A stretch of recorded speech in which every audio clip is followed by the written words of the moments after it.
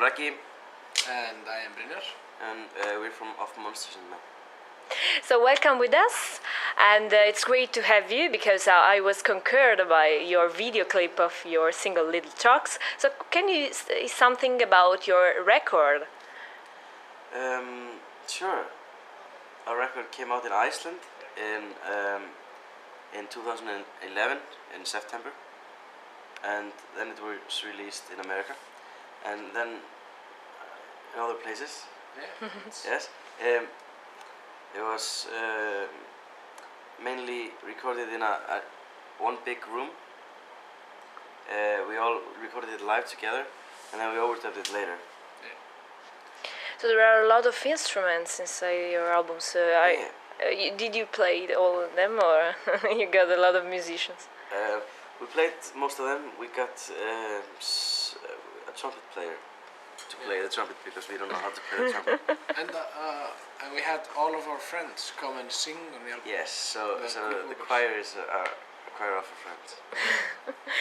So and who was the director of the video? Because it's a video very fantasy and it's amazing. There's a group called We Were Monkeys from Canada. We like pitched an idea, sort of, what we wanted to do, and they came back with something a little bit different than everybody that answered back to what we were looking for, and they had this really cool idea. Yeah, and we were very happy. Yeah. So how's the musical scene in Iceland, where you came from? I think it's very good. I think it's diverse and probably very big compared to the country or the population. I think it's. People often say that. I've heard that like the indie music is the mainstream music in Iceland. Yeah, very cool place to live.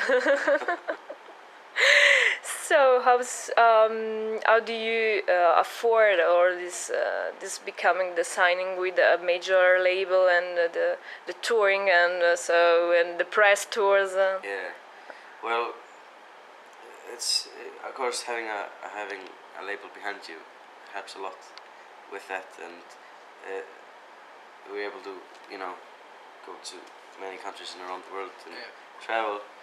Well, usually, it costs a lot of money to do that, so yeah.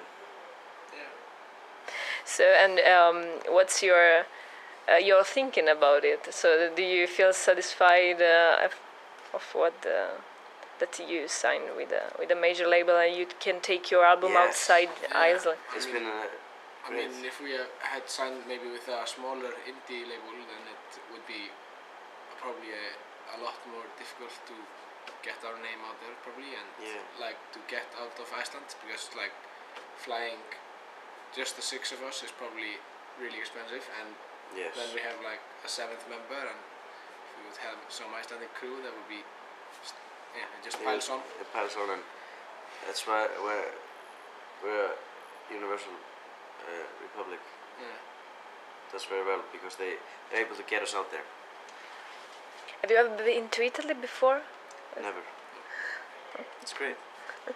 Are you going to play on a tour or something? We have a couple of more shows in Italy next year. Yeah, we're playing in Bologna. In Rome.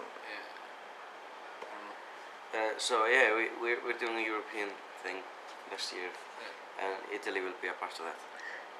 And what about your sound? So is an indie folk sound? Is something very strange for us that we listen. So is it a genre that is common in Iceland? I think it's somewhat common. I think folk music is kind of big in Iceland and India as well. So I think it's but still in Iceland people there are so few people and everyone kind of knows each other, so everyone tries to do something different. So there's only one reggae band and stuff, because if you form a reggae band, you'll just be compared to that reggae band. So you try to do your own thing. So although there are folk elements in many bands, I think we're all pretty different though. So who are your inspiration? What kind of music do you like? Except yours. Well, there are lots of Icelandic musicians that we like, of course. Yeah. And of course many others. When I was growing up, I liked Blur a lot, and Death Cab for Cutie as well.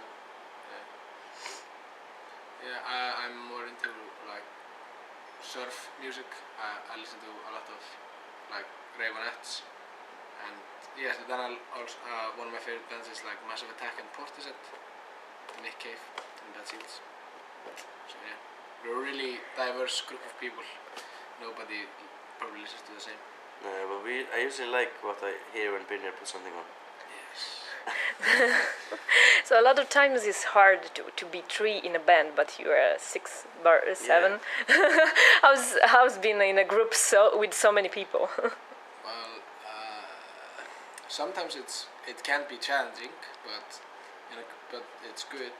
You know, it's really sometimes it's really difficult when you're like discussing things and you have 6 different people, 6 different brains.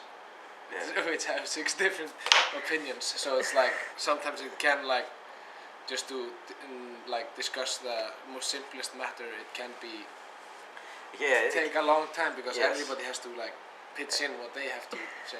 Yeah, I think everything takes a long time. That's kind of the thing, but we usually come to a good conclusion. Yeah.